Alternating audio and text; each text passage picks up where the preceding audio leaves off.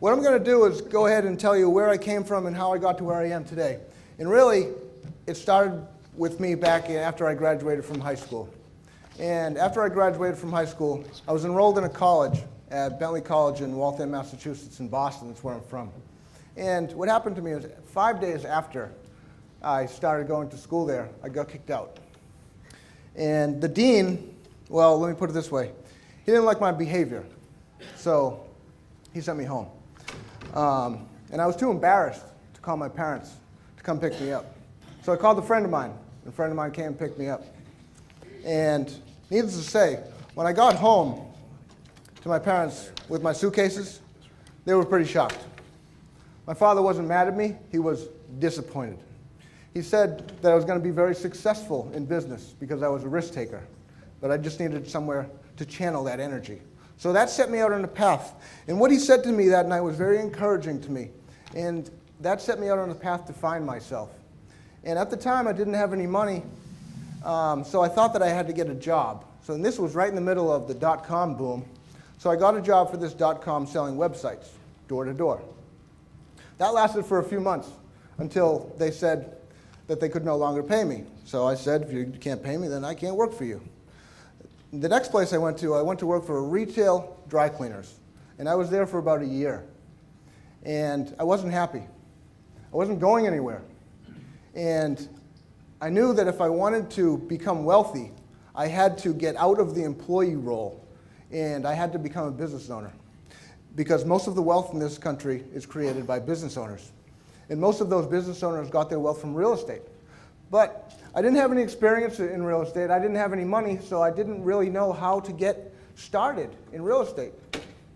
Then one night I was watching a TV commercial for a free workshop that said you could come to this workshop and learn how to do real estate without money, without credit, and without any experience. That sounded perfect to me. I had none of that. So I went to the workshop and to find out what it was all about. And they explained all of what it was all about, and they also offered another seminar for $5,000. Now this was a defining moment in my life.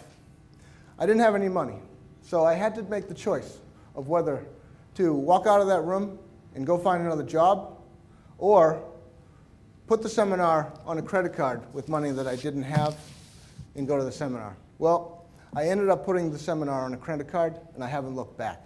I will never work for anyone for the rest of my life again. And so I learned a lot at that seminar. And I'm a type of person that takes massive action.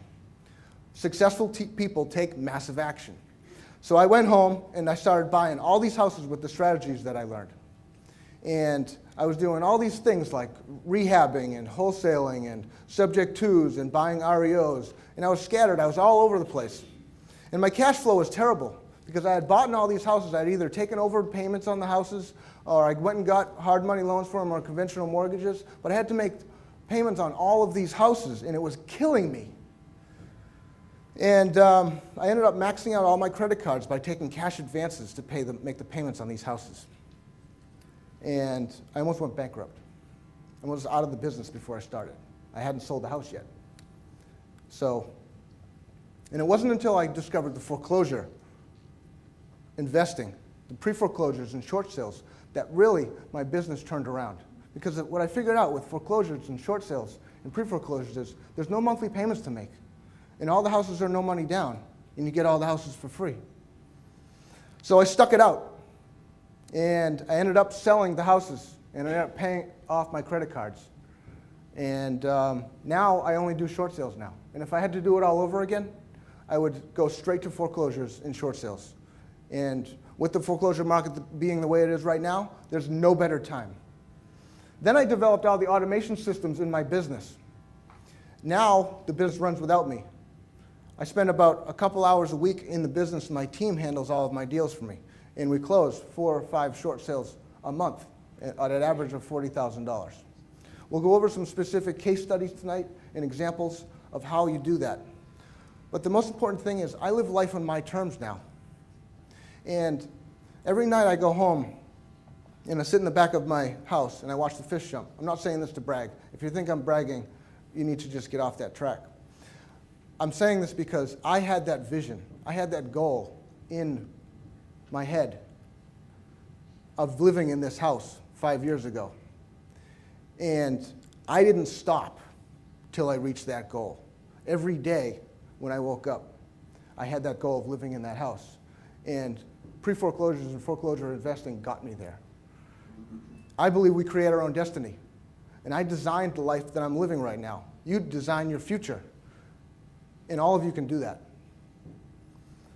So what I'd like to do now is show a couple pictures. This is the love of my life, Sarah. And this is our 2-year-old daughter, Hannah. She turned 2 today. Does anybody have a 2-year-old in here? They're wonderful, a lot of fun, and they're 2. Isn't she cute? She's beautiful.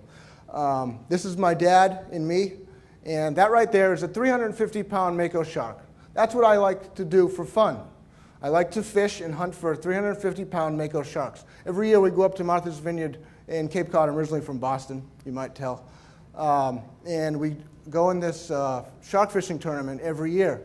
It's tons of fun. We come in first place and second place a couple times. And the other picture is me and my mother behind my house on my boat. And this is what life is like for me now. This is what it's all about for me. It's about having the freedom to spend time with my family whenever I want. It's about not having to be tied down to a 9-to-5 job. Sarah's parents live in Boston and my parents live in Boston. So we have the freedom to go up there whenever we want. We go up there once a month and go and visit them because that's the way life is for me now.